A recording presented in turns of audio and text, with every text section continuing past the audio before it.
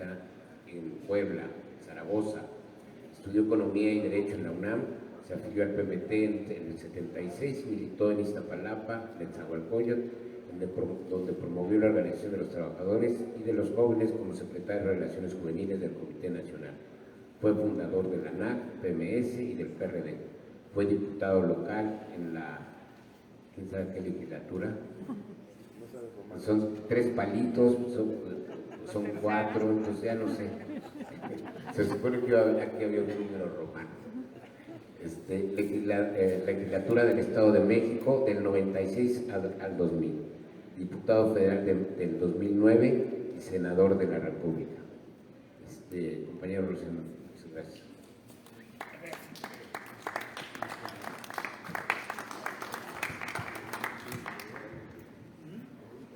Buenas noches a todos, a todas. Miren, yo no me voy a referir mucho a lo que escribí y más bien les provoco para que lo tengan y lo lean, porque trato de interpretar una razón que creo todos los expemetistas tenemos, que se refiere por qué un proyecto tan importante, tan extraordinario, desapareció. Mi hipótesis de trabajo es precisamente por la pérdida de una línea política para ese momento y no encontrar una solución organizativa.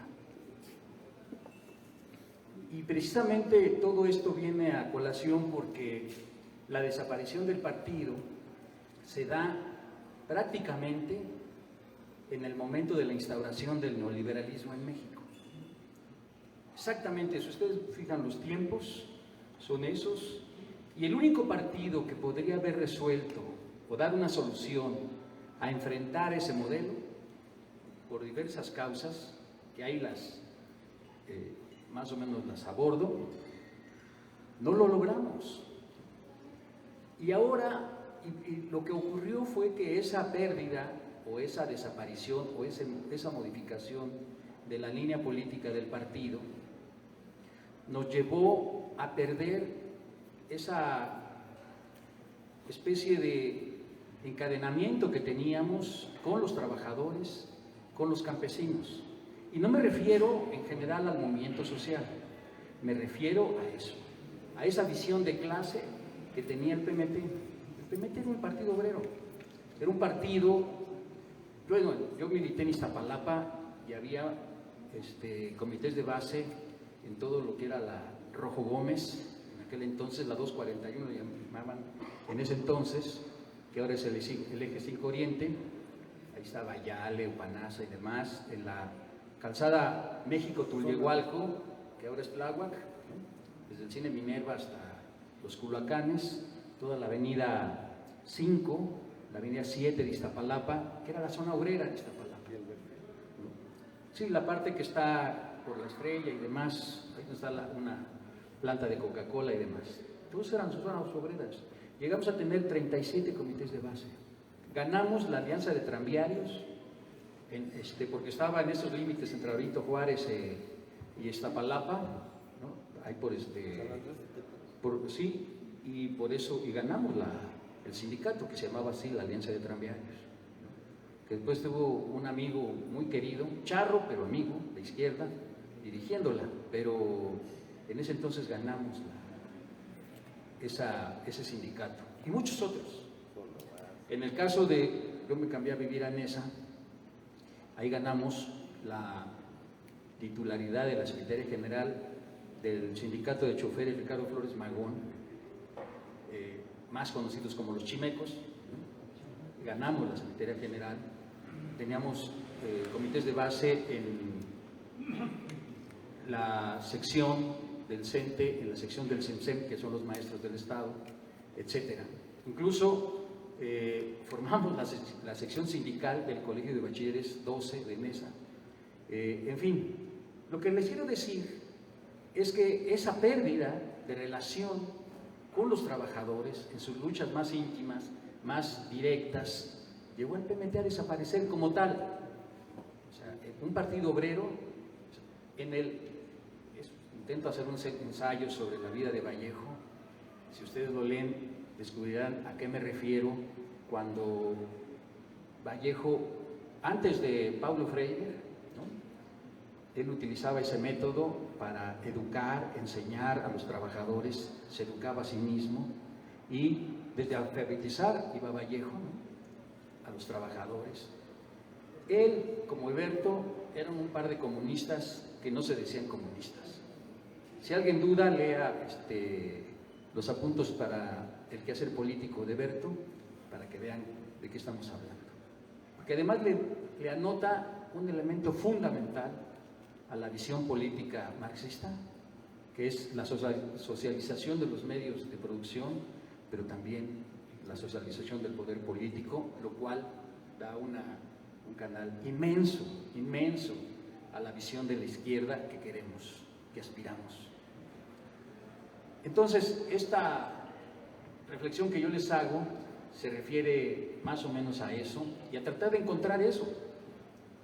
Ahora, no sé, en algún momento Podemos desarrolló una serie de trabajos políticos muy interesantes, importantes, ¿no? Creo que desperdician la oportunidad en España, pero ahora se recupera, ¿no? Y incluso les recomiendo mucho, por ejemplo, la biografía de Julio Anguita, que es un comunista muy parecido a estos de los que estoy hablando. Práctico, fue presidente de un municipio en la zona andaluza, muy interesante, muy importante, creativo, luchaba por el poder, no con las armas como los republicanos, ¿no?, frente al franquismo, pero muy eficaz en términos electorales. Por eso se convierte en el secretario general del Partido Comunista Español. Se lo recomiendo porque hace una revisión sustancial, por ejemplo, de lo que llaman la transición española, que es una vacilada, ¿no? Eso fue la instauración en España. Muchos la toman como UTA, ¿no?, la transición de la dictadura, democracia y pendejadas de esas, ¿no?, cuando fue realmente la entrada del paso del franquismo al neoliberalismo en España, donde un partido de izquierda, el Partido Socialista Obrero Español, ¿no?, se transforma, así como en México el PRD, ¿no?, en el instrumentador de las políticas neoliberales, ¿no? Así como sucedió, digo, algunos pueden ser el PRD, yo lo fui, entre otras cosas, por eso me salí, pero pasó eso, pues, ¿no? ¿Y cuál es el fondo? Desde mi punto de vista, esa es mi hipótesis de trabajo. Creo que el fondo de esta dispersión, de este desvarío, es esa separación de los trabajadores, esa visión de clase. Se oye medio viejo, o sea, muy antiguo, pero la verdad, ahora la gente dice, no, pues yo soy de clase media, ¿no?, clase media baja, ¿no?, media fregadona, decía Chava Flores, ¿no?, en nuestros tiempos, ¿no? Pero pues somos trabajadores, todos los que vendemos nuestra fuerza de trabajo somos trabajadores y no estamos organizados, ¿no? Y un poco para meterle salsita al asunto, y con eso termino, platicar de 3 asuntos que se han instrumentado en el nuevo régimen. El asunto de la reforma laboral. Hay una cosa que es fundamental. Les recomiendo un libro de Pablo Franco, financiado por la Fundación Friedrich Ebert, y creo que por eso el primer punto que señala Pablo, se van a espantar, pero léanlo porque sí habla de algunos mecanismos de organización de los trabajadores, que es que cualquier grupo de trabajadores en cualquier centro de trabajo puede apelar para pelear por la mayoría sindical. Ya hubiéramos querido tener nosotros eso en nuestros tiempos, puta, pues, les ganábamos pero con la mano en la cintura, pero para lograrlo, corretizas, madrizas, con los charros, con los patrones y demás, para lograr el recuento. Ahora es una obligación del gobierno de poder actuar como árbitro para que los trabajadores puedan elegir sus direcciones. Si esto no lo entendemos, bueno, muchos lo entendemos porque eso es meterse a concientizar, a platicar, a hablar con la gente, y que los trabajadores vuelvan a tener sus propios instrumentos de lucha y que a partir de ahí empiecen a tomar decisiones políticas para transformar este país. De eso más o menos trata el asunto, pero la otra que les quiero decir es el asunto del outsourcing. Son 10 millones de trabajadores que están bajo ese régimen y no se pudo cambiar, se pudo limitar, se pudo ajustar. Muchos andan cagando a Andrés porque no pudo, no sé.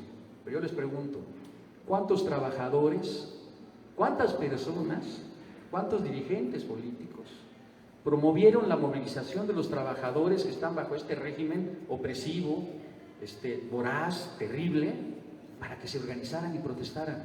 Ninguno. Está fuera de la visión de la gente. Eso, y sí, se ajustó además, pero no se pudo desaparecer. Siguen habiendo millones de trabajadores que no tienen derecho a la jubilación. Decía un compañero, todavía no recuperamos los pinches derechos de la tercera transformación, cabrón. Y estamos en la cuarta. Eso tenemos que verlo. Eso es parte de lo que yo trato de dar a entender en el ensayo de Vallejo, porque van a ver que es una persona maravillosa, macho, ciertamente, como muchos de nosotros que nos criaron un montón de mamás, y así era, ¿no? ¿Nos echan la culpa al final? No he hecho nada, pero pues así era mi mamá en todo caso, para no echarle la culpa a todas las mamás, ¿no? Pero afortunadamente va uno tratando de cambiar. Bueno, el otro asunto es el del salario mínimo. ¿Qué pasaría? Porque yo lo que quiero dar a entender un poco es la soledad del palacio, donde Andrés ha logrado en estos 3 años casi duplicar el salario mínimo. Me van a decir, no, que la pinche inflación y que no sé qué chingados más. Sí, es cierto. Pero él ha aumentado mucho más que en los últimos 35 años de neoliberalismo. Pero lo ha hecho solo. ¿Dónde están los trabajadores? ¿Dónde están aquellos que saben, que conocen, para organizar a los trabajadores y exigir que ese aumento sea mayor? A eso me refiero cuando digo que la ausencia de la visión de la izquierda real también debe ser feminista, también debe ser ecológica, también debe ser, pero también debe ser de clase. No puede ser de otra manera. Y sin los trabajadores, cualquier cambio que exista va a ser insuficiente. Un poco esa es la reflexión que trato de dar, que trato de reflexionar en ese artículo, que es, creo, la manera de recuperar lo que fue el PMT. Yo no creo que sea una entelequia, como dice aquí mi carnal, ¿no? Yo creo que sembró una idea que no cuajó. Habrá que ver, o sea, yo ahí abordo algunas razones de por qué fue, de por qué ocurrió, pero lo que es cierto es que eso fue un hecho histórico. Y el pueblo mexicano se quedó sin su instrumento de trabajo. Esas jaladas que decía Revueltas de que no existía, de que el proletariado sin cabeza, francamente son mamadas. Se lo digo francamente, no quiero ser grosero, pero así era. Claro que existió. La historia de los años 50, les recomiendo a todos, denle una repasada y van a ver que existió un partido. Era el Partido Obrero Campesino Mexicano, dirigido por, fíjense ustedes, por Vallejo, por Campa, por Hernán Laborde, 3 comunistas que además los habían expulsado del Partido Comunista. Pero además organizadores, lectores voraces, activos, sin miedo, valerosos, muy inteligentes. Otra que decían esto de las asambleas, a mí ya me tiro por la ventana cuando una compañera íbamos a hacer un evento que finalmente no se llevó a cabo y me dice, oye Rosendo, pero es que no nos han dado permiso. No manches, ¿cómo que permiso? No me chingues, ¿no? ¿De cuándo acá los derechos políticos requieren de un permiso especial? Pues claro que no. Entonces, bueno, imagínense qué cosas quedan en el camino que todavía tenemos que ver eso. Y no fue la única, hay un montón de compañeros. En este periodo hemos hecho como unas 100 asambleas populares, bueno, lo que llamábamos asambleas populares, ahora la llamamos asambleas informativas para que INE no nos acuse de actos anticipados de campaña, y llamando a organizar a la gente. El mismo modelo, miren, yo acompañé a Alberto, a Vallejo y nosotros solitos, mi hermano, yo y otros, haciendo asambleas de no más de 10 personas cuando nos iba bien. Sí, también hicimos otras multitudinarias y demás, pero Yo acompañé a Andrés, no a una, a un chingo de asambleas, donde no había más de 50.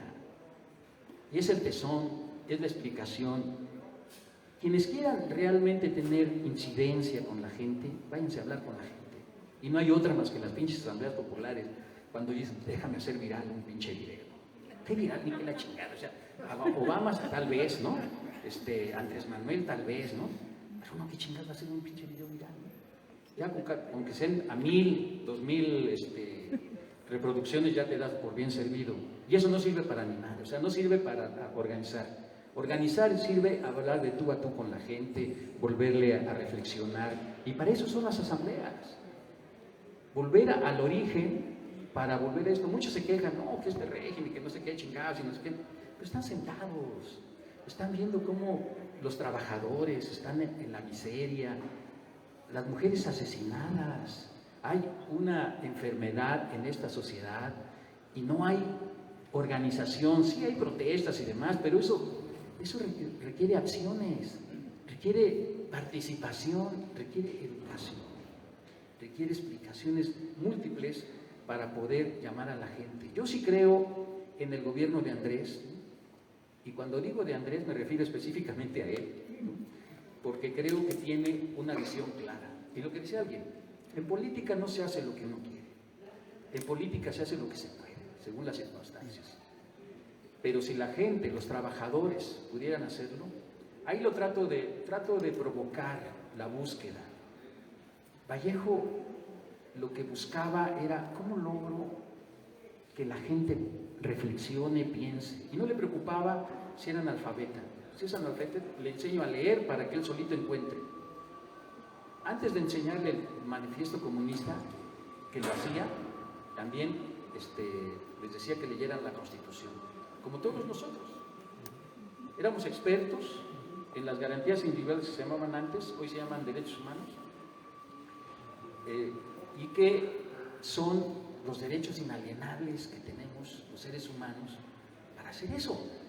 Entonces cuando alguien lo empieza a razonar, Vallejo tenía el tercero de secundaria.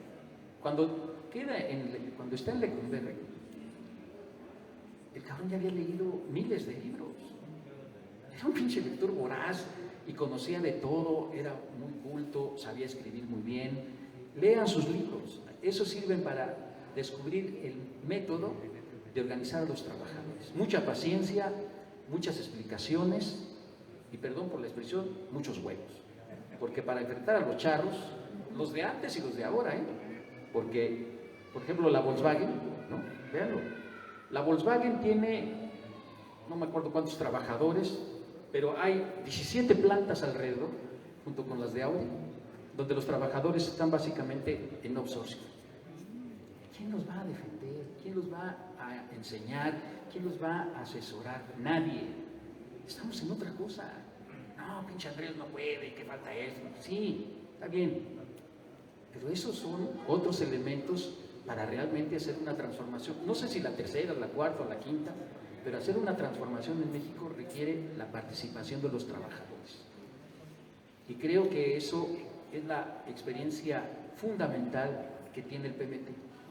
Porque todo lo que platicamos, y lo que han dicho hasta ahora, es una enseñanza, pero básicamente la parte, o sea, este par de comunistas que eran Heberto y Vallejo, que no querían que les dijéramos que eran comunistas, lo lograron a muchos de nosotros meternos en nuestro sentido común el concepto de clase. Somos de abajo y necesitamos defender a nuestra clase, a los nuestros, a los más humildes, a los más pobres, a los que necesitan organización, a los que necesitan educación, a los que necesitan todo esto.